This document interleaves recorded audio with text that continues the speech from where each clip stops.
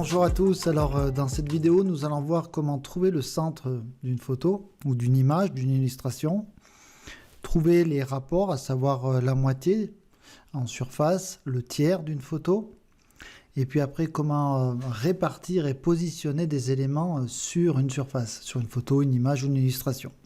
Alors tout d'abord nous allons prendre cet exemple et on va chercher le centre de la photo. Alors pour ça il y a un moyen très simple.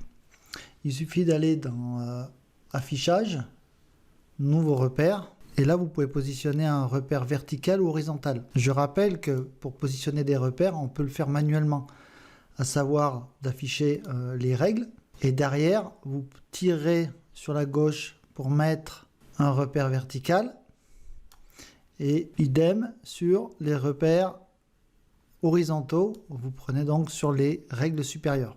Alors pour supprimer un repère, je vous conseille de passer par le menu déplacement, parce que des fois on n'arrive pas à les attraper. Donc vous passez la souris légèrement dessus, et vous voyez vous avez ce petit symbole qui apparaît. Donc vous prenez le repère et vous le remontez sur la règle. Voilà. Alors nous souhaitons trouver le centre de la photo. On va aller dans Affichage, Nouveau repère, et là on va dire qu'on veut faire un repère horizontal et vertical. Alors on va commencer par le vertical. Et au lieu de mettre des centimètres, alors on pourrait positionner avec des centimètres. Ici, on pourrait se mettre à 2 cm, mais on ne sait pas exactement à quel endroit est le centre. Donc, petite astuce, vous sélectionnez la position et vous tapez 50%. Et automatiquement, il va trouver le centre. Donc là, ça c'est pour le repère vertical. Et maintenant, je vais faire Affichage, Nouveau repère. Et là, je vais faire horizontal. Et je vais mettre 50%. OK. Et là, en quelques clics, on trouve le centre. Alors, à quoi peut servir la position du centre? Tout simplement, si on souhaite positionner un texte, par exemple, par rapport au centre, ici, du repère vertical, je vais cliquer ici sur texte. Je tape mon texte. Donc, je vais mettre un titre que je vais mettre de couleur blanche, par exemple. Voilà. Et là, je vais pouvoir positionner facilement mon texte par rapport à mon repère vertical. Donc, vous voyez, quand je suis bien centré, ici, il me met le repère vertical de couleur violette. Alors, pour voir ces couleurs violettes, il faut aller dans Affichage, Afficher, et les repères commentés doivent être activés. Et avec ce système-là, vous avez une intelligence qui permet en fait d'aimanter, de vous informer de l'endroit où votre centre se situe.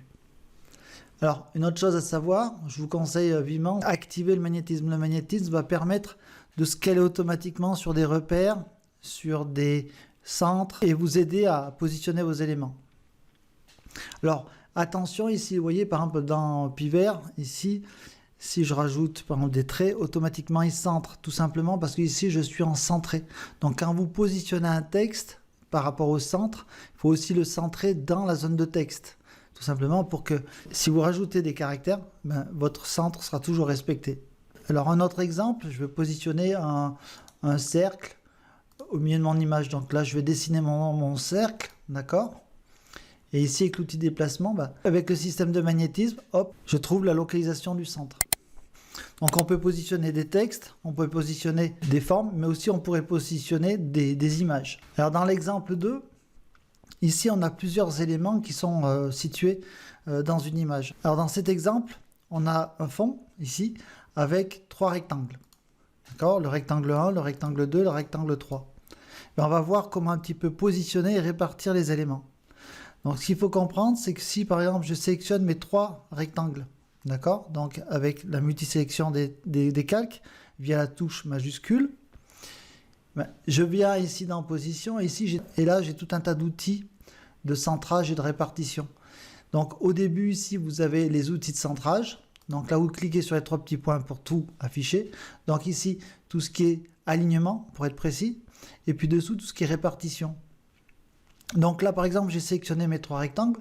Si je viens ici cliquer sur cette icône là, aligner les bords gauche, automatiquement il va venir caler par rapport à l'élément qui est le plus à gauche, tous les éléments. C'est-à-dire que je vais faire retour arrière. Ici, le rectangle de gauche, c'est celui qui est magenta. Donc automatiquement, il va venir caler les 3 calques sélectionnés par rapport à l'élément le plus à gauche. Si par contre je fais ici l'alignement avec le centre, d'accord? Donc là, j'aligne les centres, c'est-à-dire que il va positionner tous les centres de mes éléments et venir les placer verticalement. Donc en fait, qu'est-ce qu'il a fait? Il a pris le rectangle magenta et il le positionne sur le centre. Donc là, ici, si je souhaite sélectionner par rapport à l'alignement des bords droits, donc je suis venu rabattre tous mes éléments sur le bord droit. Voilà. Et puis ici, maintenant, on peut positionner tous les éléments par rapport à la partie supérieure, donc les bords supérieurs. Donc là, qu'est-ce qui va se passer? L'élément jaune et l'élément bleu étant plus bas que le magenta, il va venir positionner le jaune et le bleu plus haut. Donc je clique. Voilà. Il est venu donc caler mes 2 éléments par rapport au plus haut. Si je fais retour arrière, ici, si je positionne au centre, donc là, en fait, qu'est-ce qui s'est passé? Il a pris l'élément le plus au centre et il s'est calé dessus. Par rapport au bas, donc je vais venir caler par rapport au bas du rectangle le plus bas. Après, ici, vous avez la répartition. Alors, ce que je vais faire, je vais positionner mes éléments de façon très aléatoire pour comprendre. Donc, je vais resélectionner mes 3 calques. Et ici, dans répartition, j'ai la répartition ici par rapport au haut. Donc là, il va répartir par rapport au plus haut. Le magenta ne va pas bouger, le cyan ne va pas bouger. Il va répartir ce bord-là, ce bord-là et ce bord-là. Si on regarde, on a les 2 mêmes distances par rapport aux 3 parties supérieures de mes éléments. Donc si je prends cet exemple-là, je sélectionne 3 éléments. Je viens ici donc, je vais faire une répartition des centres dans le sens vertical. Alors par exemple, si on veut répartir les 3 barres sur l'axe horizontal. Donc ici, ce que je vais faire, c'est que je vais dire voilà, ici, je veux mon premier rectangle. Ici, je veux mon deuxième rectangle. Donc ce que je voudrais, c'est qu'ils me mettent le jaune au centre. Donc qu'est-ce que je vais faire? Donc je sélectionne mes 3 rectangles et je veux ici le répartir par rapport au centre. Donc je viens ici. Là, je vais positionner le rectangle jaune au centre. Maintenant, ce que je voudrais, c'est que je voudrais les répartir tous de même niveau. Donc, je viens ici et je clique sur celui-ci. Donc maintenant, on va voir une autre façon de centrer les éléments. C'est-à-dire qu'on va centrer les 3 rectangles par rapport à la surface du fond. En fait, ici, il y a le fond. Je vais donc le sélectionner en faisant CTRL A. Et si je sélectionne mes 3 rectangles, tout va se passer par rapport à ma sélection. C'est-à-dire qu'au lieu de caler des éléments entre eux, on va caler des éléments par rapport à une sélection. Donc là, je sélectionne mes 3 rectangles. Il y a donc une sélection de mon fond. Et si je viens ici et je fais ceci, je vais donc rabattre sur la gauche tous mes éléments.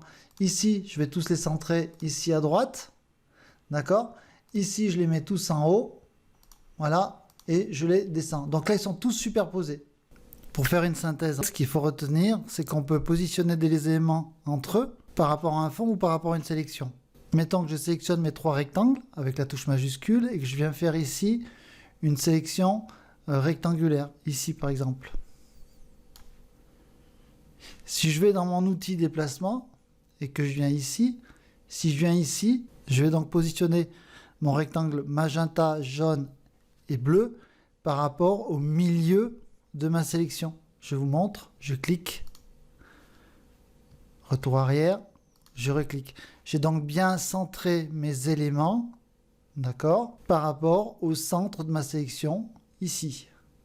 Maintenant, si je veux répartir mes éléments sur le plan horizontal, à savoir positionner le jaune au milieu, je viens ici, et donc je vais répartir entre le magenta et le bleu, donc je viens ici. Mettons que maintenant, je souhaite aligner mes 3 rectangles par rapport à cette sélection ici. Donc je vérifie que mes 3 rectangles sont sélectionnés. Et je vais par exemple prendre le premier, à savoir de positionner ici mes éléments par rapport ici au haut. Donc en fait, je suis venu positionner mes 3 rectangles par rapport au haut de ma sélection. Maintenant, si je veux le faire par rapport au bas de ma sélection, je viens donc ici. Et voilà, mes 3 rectangles sont venus se positionner. Si maintenant je vais les mettre avec le centre de la sélection, je viens ici. Voilà, donc vous faites votre sélection et vous positionnez vos éléments. Vous pouvez aussi les répartir. Donc là, par exemple, je vais les répartir par rapport au centre, donc avec cette icône-là. Alors pour comprendre, on va prendre des éléments plus classiques dans Photoshop. Donc ici, on a un cadre, à savoir un rectangle blanc avec un contour vert foncé. Ici, on a un texte avec le mot arbre. Et ici, on a un arbre. En fait, c'est une forme personnalisée. Mais en fait, tous les éléments de Photoshop vont fonctionner sur le même principe. Mettons que je veux positionner l'arbre à l'intérieur de mon cadre. Donc, je vais venir prendre mon cadre ici. Et je vais faire une sélection. Alors, je rappelle, pour faire une sélection autour de mon cadre, je n'ai qu'à faire CTRL, maintenu, et cliquer sur la vignette du cadre. Le clic sur la vignette d'un calque permet de sélectionner l'élément qui est à l'intérieur du calque. Donc là, maintenant, si je viens sélectionner arbre, je vais venir positionner arbre par rapport à la sélection, comme tout à l'heure avec mes rectangles quelque part. Donc ma sélection est ici, mon arbre est là, donc il va venir ici au milieu. Donc je vais venir le centrer, donc je viens cliquer sur ça. Donc là je l'ai centré par rapport au bord gauche et au bord droit. Si maintenant je veux centrer mon arbre par rapport au bord haut et au bord bas, je vais donc venir ici ou bien ici. Donc là l'arbre maintenant est sélectionné sur l'axe X et Y, donc horizontal et vertical. Alors mettons que arbre, je veux le centrer par rapport toujours à mon cadre. Je n'ai qu'à sélectionner mon texte arbre. Et là, vu que ma sélection est déjà faite, je vais donc venir sur ici, positionner par rapport à l'axe vertical. Et là, il est venu positionner mon texte par rapport à l'axe vertical. Je refais marche arrière. Ici, par rapport à l'axe vertical. Par contre, si je viens cliquer ici, à savoir par rapport à mon axe horizontal, je le mets au milieu. Je le mets en haut et je le mets en bas, mais dans ma sélection. Pour résumer, si vous souhaitez centrer un élément par rapport à un autre, d'abord vous sélectionnez le premier élément. Alors, par exemple, là, je vais mettre le mot arbre par rapport à l'arbre lui-même. Donc, je sélectionne l'arbre, d'accord? Donc, il est sélectionné. Vous faites un contrôle-clic sur la vignette. Donc là, vous avez une sélection de votre arbre. Et là, si je prends le texte, alors ici, je vais pouvoir venir le centrer par rapport au centre vertical de ma sélection. D'accord? Si je veux maintenant le positionner par rapport au haut de ma sélection, je viens ici. Donc il est venu caler les lettres par rapport au haut de ma sélection. Si je veux le caler par rapport au bas de ma sélection, je viens ici. Maintenant, mettons que je souhaite aligner mon arbre et mon cadre en hauteur. Donc je vais sélectionner mon cadre, mon arbre, et je vais venir par exemple sélectionner ici un centrage par rapport à la ligne horizontale. Donc là, mes deux éléments ont leur centre aligné par rapport à un axe horizontal. Si maintenant je veux venir positionner l'arbre à l'intérieur du cadre, je sélectionne le cadre avec un contrôle-clic sur la vignette. Le cadre est sélectionné. Maintenant, je sélectionne mon arbre. Je viens ici centrer, là et là. J'ai donc positionné mon arbre horizontalement et verticalement au centre de mon cadre. Mettons que maintenant, je vais sélectionner le mot arbre. Donc, je souhaite mettre le mot arbre au centre de mon rectangle sélectionné. Donc, je sélectionne ici mon calque de texte arbre et je viens le centrer comme ceci et comme cela. Et le mot est venu se centrer automatiquement à l'intérieur de ma sélection. Pour résumer, vous réalisez votre sélection, vous sélectionnez l'élément à centrer par rapport à cette sélection et après vous allez dans l'outil déplacement et vous positionnez vos éléments. Voilà, j'espère vous avoir appris des choses. N'hésitez pas à faire des commentaires et vous poser des questions. Je vous souhaite une bonne journée à tous et à bientôt.